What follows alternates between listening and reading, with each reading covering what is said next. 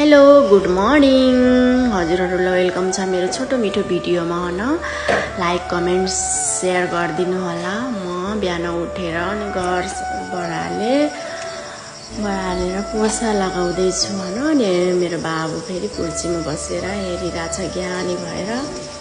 म यस्तै जति बेला नि काम गर्छु कि मेरो बाबु हैन एकदम चकचके भन्छ कि अनि त्यही नि झाडु पोछा गर्दाखेरि थपक्क लाएर बस्छ। अनि मेरो पोछा के यो एकदम खत्तम पोछा छ, जति बेला नि बाहिरदेखि भित्रसम्म लगाउँदा उफ्ले गर्छ कि। अनि म ब्रस गर्दै यताउता हेर्दै बसेँ कि छिटो ब्रस गरिरहेको थिएँ। अनि ब्रस गरेँ अनि भित्र गएँ फेरि सुन। अनि त्यसपछि बाबुलाई के खानेकुरा दिन्छु भनेर बिस्कुट दिएको त खाएन कि, चिप्स मागिरहेको थियो। अनि म नि चिया बनाएर अनि खाँदैछु चिया बनाएर। अनि बाबुसँग मैले चुप्पा मागेँ कि, अनि मेरो छोराले चुप्पा दियो हैन। चुप्पा दिइसक्यो फेरि पुस्यो के, यस्तो ज्ञानी बच्चा हैन। अनि पुस्यो अनि फेरि मकै भुटेर अनि मेरो सब्जी पनि रेडी भयो। अब खाना पनि रेडी बनाउनु पर्यो नि त, खाना पनि रेडी भयो। हामी आमा छोरा इन्जोय गर्दै मकै खाँदै लगभग बिहान 7 बजिरहेको थियो। उठ्न त हामी 5 बजे उठेको थियौँ। अनि बाबु पनि 5 बजे उठेको थियो, म पनि 5 बजे उठेको थिएँ।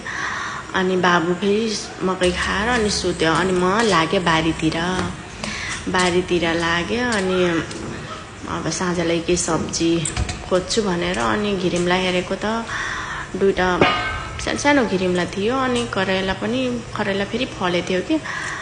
अनि करेला टिप्यो हैन।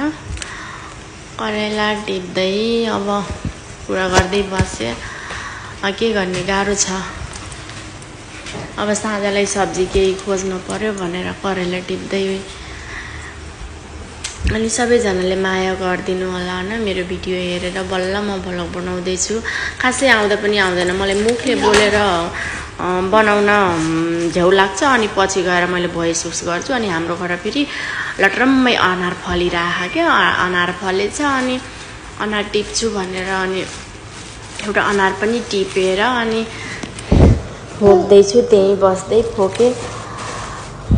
फोकिसकेपछि अझै पनि अनार हेरेँ कि म अझै फलेछ कि नै भनेर, पाके कि नै भनेर।